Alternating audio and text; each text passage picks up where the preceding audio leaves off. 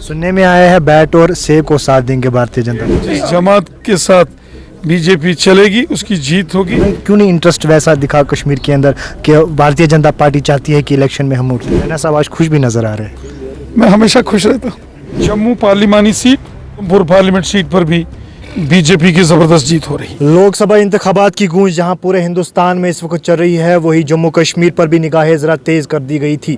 लेकिन जहां जम्मू और उधमपुर की बात करते हैं वहां पर इंतखाबात मुकम्मल हो चुके हैं, लेकिन ताहम अब वादी कश्मीर पर निगाहें फिर से तेज़ कर दी। मेरे साथ जम्मू कश्मीर के प्रेसिडेंट भारतीय जनता पार्टी से रविंदर रैना साहब है। सबसे पहले बहुत बहुत इस्तकबाल। माहौल सब कुछ बदला कश्मीर के अंदर, खुसूसन जम्मू कश्मीर के अंदर पत्थरबाजी बंद हुई, सब कुछ बंद हुआ।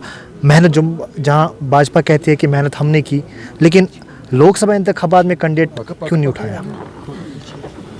जम्मू कश्मीर में भारतीय जनता पार्टी पूरे जोशो खरोश के साथ इलेक्शन लड़ रही है। जम्मू की दोनों सीटें, जम्मू और उधमपुर पार्लिमानी नशिस्तें बीजेपी बड़े मार्जिन से जीत रही है। रही बात वादी कश्मीर की, जिसमें एक सीट अनंतनाग रजौरी पुंछ है और श्रीनगर और बारामूला, भारतीय जनता पार्टी हम लोग पूरे तरीके से यहाँ भी इलेक्शन लड़ने के लिए तैयार थे और हमारे वर्कर्स पूरे तरीके से यहाँ भी इलेक्शन की तैयारी में थे। लेकिन बड़े जंग जीतने के लिए कभी कभी इस किस्म के फैसले करने पड़ते हैं। मैं यहाँ तमाम अपने वर्करों से मिल रहा हूँ। Srinagar parliament seat, Baramulla parliament seat, Anantnag Rajouri Poonch पार्लिमानी सीट के बीजेपी के वर्कर्स के साथ मिलके आगे का लायामल तय करेंगे।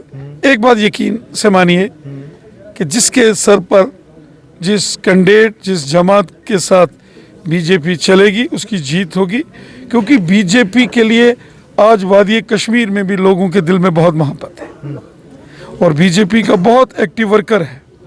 अवाम बीजेपी को पसंद करती है क्योंकि हमने गरीबों के काम किए हैं, गरीबों, मस्कीनों, ज़ईफ़ों की मदद हमने की है और यकीनन आप देखेंगे कि दिल खोल कर लोग बीजेपी को वोट देंगे। लेकिन कैंडिडेट ही नहीं है तो वोट किसको डालेंगे? जिसको बीजेपी सपोर्ट करेगी। अभी तक किसको? जिसको बीजेपी करेगी। अभी मैं तमाम वर्कर्स को मिल रहा हूँ, जिसको मुझे पूरा यकीन है कि भारतीय जनता पार्टी की जीत होगी और यहाँ हमारे कैंडिडेट्स नहीं हैं, वहाँ जिसके साथ हम चलेंगे उसकी जीत होगी। सुनने में आया है बैट और सेब को साथ देंगे भारतीय जनता पार्टी। नहीं, अभी मैं अपने वर्कर्स से मिल रहा हूँ। अभी श्रीनगर पार्लियामेंट सीट के वर्करान से हमारी मुलाकात हो रही है। उसके बाद अनंतनाग रजौरी की मुलाकात होगी, बारामूला में मिलेंगे। एक बार अपने वर्करों की राय तो लेंगे।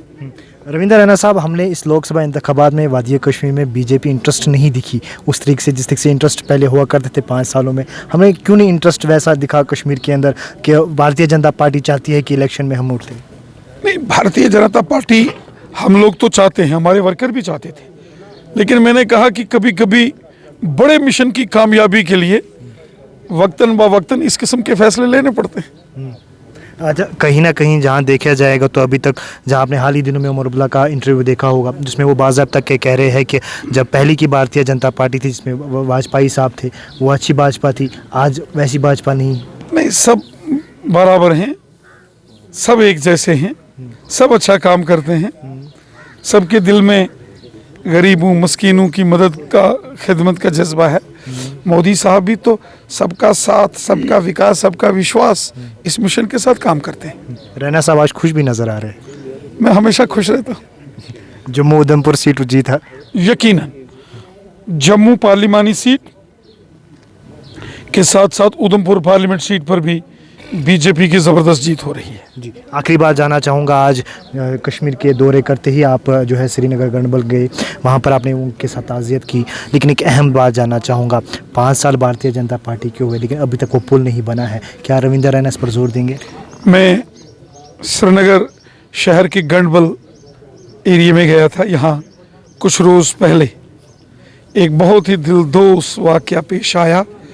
एक कश्ती जो दरियाए झेलम में पलट गई कुछ मासूम बच्चे और उनके कुछ वालिदैन इस हादसे का शिकार हो गए, उनकी भी जान चली गई। मैं आज ताज़ियत के लिए वहाँ गया था, उन लोगों के दुख में शामिल हुआ। जो भी मदद इमदाद उन विक्टिम फैमिलीज़ की होगी, इंतज़ामिया एलजी एडमिनिस्ट्रेशन करेगी। एलजी साहब खुद वहाँ पहुँचे थे और वहाँ के लोगों ने हमें बताया कि वहाँ ज़ेर तामीर एक पुल का काम रुका पड़ा है। मैं ऑनरेबल एलजी साहब से मुलाकात करके इस पुल की जल्दी से जल्दी तामीर हो, इसका काम पूरा हो, मैं पूरी कोशिश करूँ।